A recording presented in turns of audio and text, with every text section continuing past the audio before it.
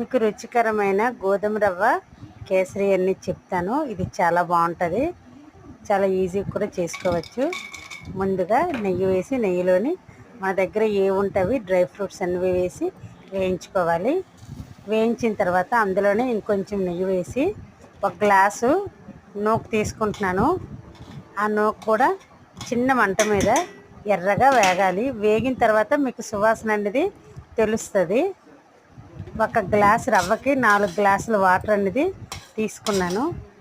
ఈ నూక అనేది చిన్న మంట మీద వేపుకోవాలి. నూక అనేది మాడిపోకూడదు, మాడిపోతే టేస్ట్ అనేది మారిపోద్ది. అందుకే సిమ్లో పెట్టుకొని వేయించుకోవాలన్నమాట. బాగా వేగిన తర్వాత ఒక గ్లాస్ రవ్వకి 4 గ్లాసుల వాటర్ అనేది కొలిచాం కదా, అది సిమ్లో పెట్టి ఉండలు లేకుండా వాటర్ అనేది వేసి నెమ్మదిగా కలుపుకోవాలి.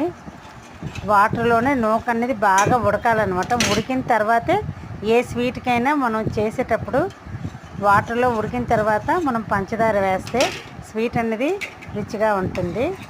నూక అనేది వేసాం కదా, వాటర్ అనేది దగ్గర పడ్డాక 1 గ్లాసున్నర పంచదార అనేది వేసాము. మీకు కావాలంటే వేసుకోవచ్చు, లేదంటే తగ్గించుకోవచ్చు. ఇది కూడా చిన్న మంట మీద పెట్టి కలపాలి. ఇందులోని కొంచెం ఇలాచీ పొడి, జీడిపప్పులు వేసి, మన దగ్గర ఉంటే ఫుడ్ కలర్ కూడా వేసుకోవచ్చు. నా దగ్గర లేదు, అందుకే నేను వేయలేదు.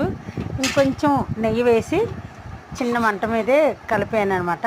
ఇలా పలచగా ఉన్నప్పుడు దించేసుకుంటే మనం చల్లారాక స్వీట్ అనేది కొంచెం గట్టిపడుతుంది.